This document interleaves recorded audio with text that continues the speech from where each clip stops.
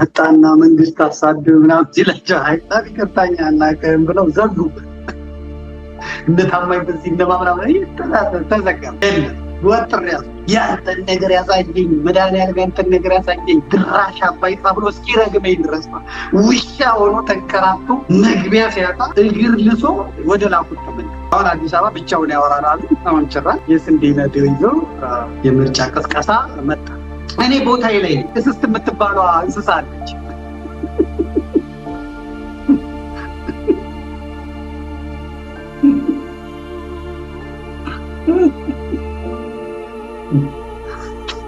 አምላኬ ከቦታዬ ሳልነቃነቅ እዛው ቁጭ አድርገህ ይህንን ሁሉ ያሳየኝ ክብር ምስጋና ይግባ፣ ክብር ምስጋና ይግባ። የኔ መድኃኒት የኔ አባት ክብር ምስጋና ይግባ። ለእነዚህ ኮተታሞች መሳቂያ መሳለቂያ ያላደረከኝ አምላኬ ክብር ምስጋና ይግባ። ባለቤቴ አንገቷን ሳትደፋብኝ፣ ልጆቼ ሳይሸማቀቁብኝ፣ ጓደኞቼ የሚያውቁኝ ዘመዴ ብለው የሚጠሩኝ ሳይሸማቀቁብኝ፣ ሳያፍሩብኝ የእውነት የሀቅ ምስክር አድርገው ጠርተው እኔ የዘመዴ ጓደኛ ነኝ፣ የዘመዴ ወንድም ነኝ፣ ዘመዴ ማለት እንዲህ ነው ብለው እንዲኮሩብኝ ያላደረግ ሽልጥልጥ ያላደረግከኝ አምላኬ እንዴት ላመስግን? የአምላክ ሲኦል ብገባበት፣ ብታሰርበት፣ ብከሰስበት፣ ብሰደብበት አቋሜ ንቅንቅ ወይ ፍንክች የገጠምኩትን ሁላ እንደ ቻክ ኖሪስ እንደ ብሩስ ሊ እንደ ሆሊውድ አክተር እንደማይሞት በካራቴ በጅዶ ዘሬ ዜና ጎልያድ የመሰሉ የተቃውሞ ጎራ የምን ጎራውን እኔ ተታባወኔ ኩርማኑ አናፍጬ እንድለቃቸው ያደረገኝ አምላኬ ነው። እንደዚህ ሰው ያላበከትከኝ ልጆቼ እንዳያፍሩብኝ ያደረግከኝ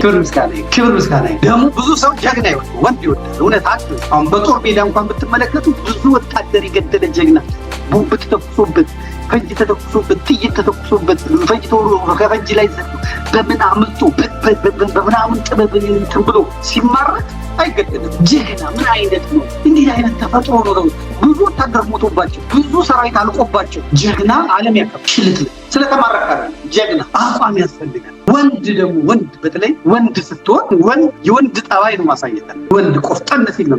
ቤተሰቦቼ እኔ ታዬ ቦጋለ ለዛሬ ለመጨረሻ ጊዜ ከፌስቡክ ተሰናብቻለሁ። የመጨረሻ እትሜ ነው። ቻው ይላል። ከዛ ታዬ አትሂድብን፣ መሰልቸት የለብህም የማን ባለጌ ስለሰደበህ ነው ወይ ምናምን አልችልም ጃለው ቻው ይላቸዋል። ከዛ እኔ ደግሞ ጽፋለሁ ውሸቱን ነው ወይ ከሰዓት ወይ ነገ ጠዋት ይመለሳል። ታዬ ከቤተሰቦች ተለይቶ አይሄድም። ከዛ ይመጣና አንተ ውሻ እናት አፈርት ብላ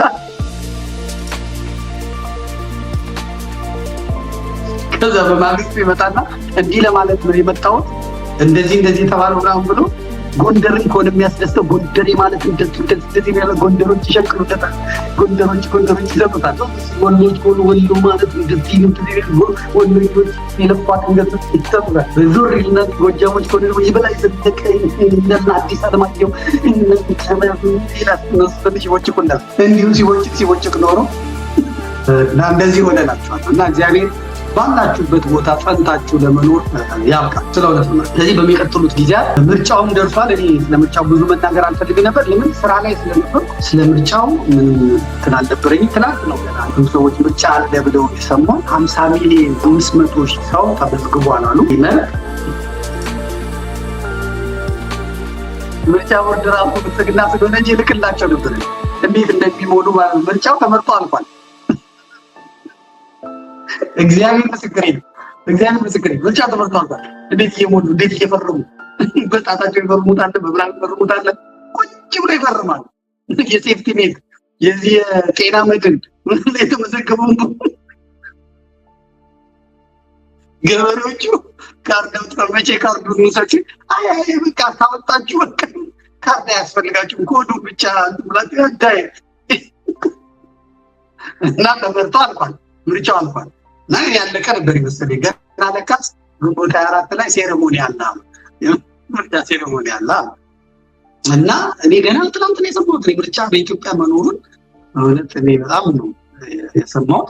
ተወዳዳሪዎቹ እነማን ናቸው ብዬ ስል በጣም ሊቃውንት ናቸው አሉ። አንድ ማን ነው የሚሉት ልጅ አይቻልም የሆነ የገጠር ልጅ ነው አሉ። የዛሬ 9 ዓመት አቮካዶ በፓፓያ አይቶ ያለ ልጅ አሁን የካ ክፍለ ከተማ በኩል ይወዳደራል። ማንዋል ሲትላት ለጥፌው ነበረ። አንድ ሙዚቃ የሚያቀናብር ልጅ ነው አሉ። በጣቱ ነው የሚፈርመው አሉ። ደግሞ አይመስለኝም ግን በጣቱ ነው የሚፈርመው አሉ። እሱ እንደሚቀርብ ሰምቻለሁ ትላንትና እና ስለዚህ ስለምርጫም ትንሽ ማውራት አለ።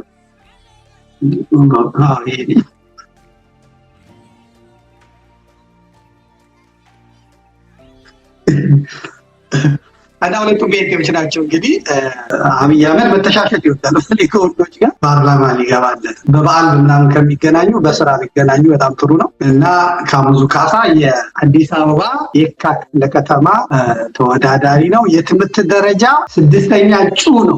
እጩ ነው። እንደውም ስዩም መካከለኛ የሚባል ትምህርት ነው።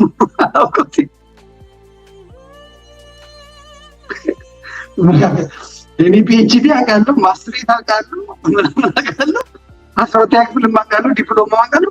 መካከለኛ የሚባል የትምህርት ደረጃ አላውቅም ማለት እና ታዲያ 12 እና 0 ክላስ መካከለኛው አንድ አይደል? 6 አይደል? ስዩም ደግሞ አንዳንዴ ታበዛዋል። እና ደግሞ ጠቅላይ ሚኒስትሩ የሚበልጧቸው ሰዎች እሳቸው ከሁሉም ከበለጡ ጥሩ ነው። ካሙዙ 6ኛ ከሆነ እሳቸው 7ኛ ናቸው።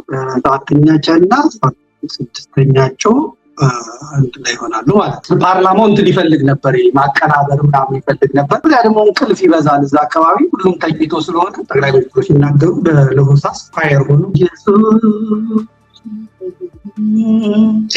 ቀና ይላሉ። ፓርላማው ሰባ ፓርላማ ይሁን የአዲስ አበባ ምክር ቤት ይሁን የፓርላማው አላውቅም። ካሙዙ በጣም ጥሩ ምርጫ ነው የገባው። የአርቲስት ማት ነው ዘንድሮ የሚገባው። በጣም የሚገርም። እንደገና ደግሞ በሻቱ የምትባል ልጅ አለች። ሰፋ ማከራካሪ ነው ስሟ። በሻቱ ለማርያም ተረፈ ነው ስሟ።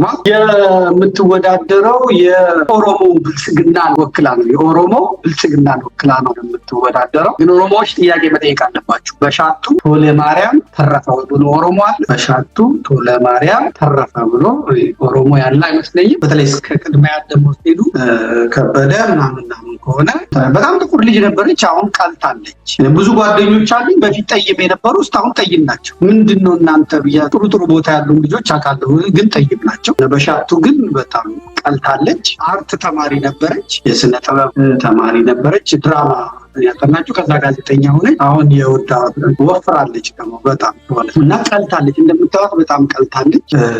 ይሄ ክንዷ እና እግሯ ነው የጠቆረው እንጂ በጣም አይነት ኪኒን እንደሆነ እግዚአብሔር ይወቅ። ብቻ እኔ ብዙ ነገር ነው ያመለጠኝ በዘንድሮ ምርጫ። በጣም ብዙ ነገር አምልጦኛል። አሁን ጥያቄ እነ ፍልፍሉ ገብተዋል ወይ እነ ጥላሁን ገብተዋል ወይ? ምክንያቱም ፓርላማ ውስጥ ፈገግ ማለት ስላለበት እነሱ እና አዶናይ እንግዲህ የምንቀሩ እና አዶናይ ነጃኒ ቢገቡ ጥሩ ነው። ይሄ ማርማስ ኦኬ እነሱ ለካስ ትግሬ ናቸው። ትግሬዎች አይወዳደሩ። ትግሬዎች እንግዲህ ፓርላማ ምንም አይወዳደሩ። በዛ ምክንያት ካልሆነ በስተቀር ነጃኒም እነማ ቢገቡ ጥሩ ነው ባይ ይህንን ሳይ ደንግጫለሁ። በእውነት በጣም ስለሱም በደንብ ማውራት አለብን፣ መነጋገር አለብን እና ምን ያህል ተመዝግቧል ብዬ ደግጬ ነበር። እኚህ ሴትዮ ነግሮኛል። እኚህንም ሴትዮ ብሄር ጠይቄያለሁ። ብሄር ኦሮሞ፣ ሃይማኖት ኦርቶዶክስ ብለውኛል። አብዛኛዎቹ የዚህ የምርጫው ደግሞ ቀስቃሾችም ፓስተሮች እና ፔንቴዎች መሆናቸው በጣም ግራ ይገባኝ። የእስልምና እምነት ተከታዮች እና ፔንቴዎቹ ለዚህ ለምርጫ ጸሎት ሁላ እንደሚያደርጉ ሰምቻለሁ። የምትለውን እንስማና እንምጣ። እኚህ ሴትዮ ትልቅ ሴትዮ ናቸው ነገሩ። ነጠላ ደረብ ቢያደርጉ ያው ቆራቢ ነው የሚመስሉ 50,514,155 50,514,155 መራጮች ተመዝግበዋል። ይሄ እንግዲህ በጣም ሩቅ የሆኑ ቦታዎችን አንዳንድ ያልደረሱንን መረጃ ሳይጨምር ነው ማለት ነው። በተጨማሪ ደግሞ ልዩ የምርጫ ጣቢያ የሚባሉትን ለምሳሌ የአገር ውስጥ ተፈናቃዮች፣ የመከላከያ ሰራዊት አባላት፣ የዩኒቨርሲቲ ተማሪዎች እነሱን ምዝገባ ሳይጨምር ነው። ለነሱ ያው በተለየ የጊዜ ፕሮግራም የሚካሄድ ስለሆነ የሚገርም ነው። ይህንን የምርጫ ጉዳይም እኔ እዛ እንግዲህ አብይ ጾም ላይ ሌላ ስራ ላይ ስለነበርኩኝ ዳ ላይ አልቻልኩም። የምርጫ ምልክቱንም አሁን ነው ያየሁት እንጂ ብዙም አላየሁትም። በፊት የምርጫ ምልክቱ ምን ነበረ? የብልጽግና ተፋዩ ቁጥር ላይ በጣም ደፋሮች ናቸው። በእውነት አለመማር ደስ የሚል ልክ እንደኔ ማለት ነው። ሳትማሩ ስትቀሩ ሼም የሚባል ነገር የለም። ህዝብ ምን ይላል ምናምን ተቆርፎ ይወጣል። ሼም ይሉኝታ የሚባል ነገር ተቃቅፎ ይወጣል እና ቁጥር ላይ በጣም ሆዴድ በተለይ ቁጥር ላይ ደፋር 70,000 6207 ሚሊዮን 67 በጣም የሚጠራ እና እስካሁን የተተከሉ ችግኞች ራሱ 40 ቢሊዮን ብለው ፈረንጆቹ ደንግተው 40 ቢሊዮን ስንት ካሬ ላይ ነው የሚያርፈው ብለው ሲሉ ችግኙ በካሬ ሲተክሉት የት ደረሰ? ማዕከላዊ አፍሪካ ደረሰ። ኮንጎ፣ ምስራቅ አፍሪካን ሸፍኑ፣ ሱዳን እስከ ሰሜን ሸፍኑ። ማዕከላዊ 70 ቢሊዮን ችግኝ። ከዛ ለአንድ ችግኝ $1 ነው የፈጀብናል። $1 ነው የፈጀብናል። ችግኙ 70 ቢሊዮን ነው። ኢትዮጵያ አይቶ አስታከም የህዳሴው ግድብ ራሱ 5 ቢሊዮን መሰለኝ የፈጀው። ሰው ምን ይለናል? በጣም የለም። ይሄ የአማካሪዎች ችግር ነው። አማካሪዎችም ደግሞ የቲታ ያመረቁ ሙርካስ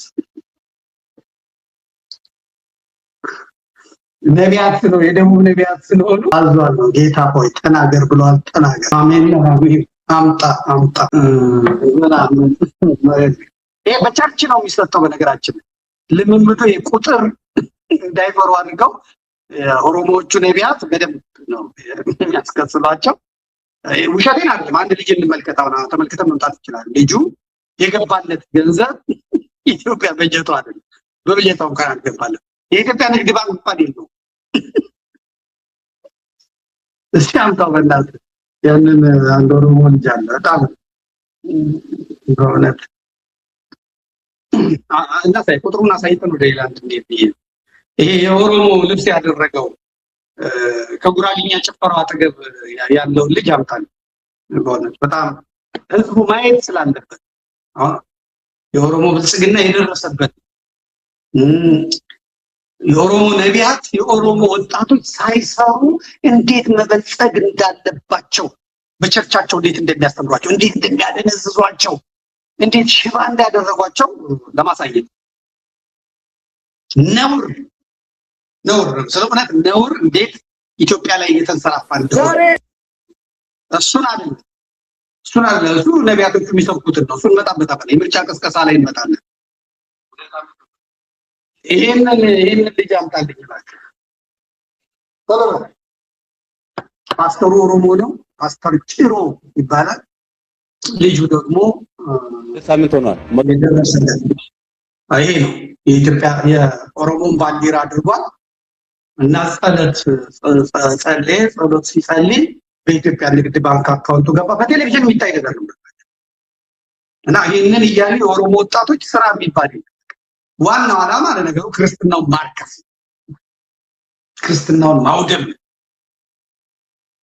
ከዚያ ደግሞ የእርግማን ሰዎች አሉ። እርግማን በዘር የተረገሙ ሰዎች አሉ። እንዲጋጡ እንዲበሉ እንዲዘረፉ የማንም መጫወቻ እንዲሆኑ የተረገሙ አሉ። እኔ አሁን ወጣቶችን እዛ ቸርቾቻቸው ውስጥ ሳይ እሺ ወጣቱስ ሙድ ነው፣ በጋ ሙድ እየያዘ ነው፣ ወጣት ነው፣ ሴቶች አሉ፣ ወንዶች አሉ፣ ምናምን ትዳር ይፈልጋል፣ ምናምን ስራም ኔትወርክ ይፈልጋል። ጸጉሩ እዚህ ጋር የደረሰ ሰው ሽበቷ በዚህ ወረራት ሴትዮ እዛ አሜን 6 ሚሊዮን ምናምን ገብቶልሻል አሜን ሚራክል ምን አሜን ስትል ይሄ እርግማን እና እንስማ ውስጥ ልጁ ማለት ኦሮሞ የደረሰበት ስልጣኔ ያላቅ። እሺ 2 ሳምንት ነው። 100.5 ብር ነው የገባልኝ። 100.5 እግዚአብሔር አመስግኑልኝ። ዲር ተመስገና አካውንት ላል yes አንተ መስኪ የቃን ስራ ነው የምሰራው። ቃን ስራ እየሰራው ህይወቴ አይሻሻልም ነበር። ከዚህም በፊት ምስክርነት አይቼ ነው እዚህ ቦታ የመጣሁት። ህይወቴ እየተሻሻለ መጣና አመት ከ2 ወር በኋላ ከውጪ 2 ሳምንት ሆኗል። 100.5 ብር ነው የገባልኝ። 100.5 እግዚአብሔር አመስግኑልኝ። እግዚአብሔር ሰጪ ነው። እኔ ቃን ስራ ነው የምሰራው። እውነቴን ነው። እኔ ይሄን ደረጃ አይቼ አላውቅም። ሰዎች ራሱ ተሸገሩ ለማንበብ ማለት ነው። በሁለተኛ ቀን በሶስተኛ ቀን ብሩ አየሁ። ከዛ ባንክ ቤት እጅ ሳይ ምንድነው ይሄ ሁሉ ገንዘብ አለ እንዴ ያለ ኤውስማ ከላይ ምንድነው ብሎ ዲር ተመስገና አካውንት ላል yes አንተ ሞሲ 568 298,796 ላውጅላችሁ ማያራሴታ በጌታ በኢየሱስ ስም ስልጣን እግዚአብሔር ያስፈልጋችሁ። አሜን። ያጠበቃችሁ ያሰባችሁ በረከት ተገናኝ። አሜን። ከተማ የሚያናጋ መንገድ የሚያናጋ አሜን። በሲስቲ መልስ ሊሞጂ ነው እንዴ? ትንሽ ወደዚህ አሜን የሚለው ሙጂ ያጠበቃችሁ ያሰባችሁ በረከት ተገናኝ። አሜን። ከተማ የሚያናጋ መንገድ የሚያናጋ አሜን። እግዚአብሔር ይባርካችሁ። አሜን።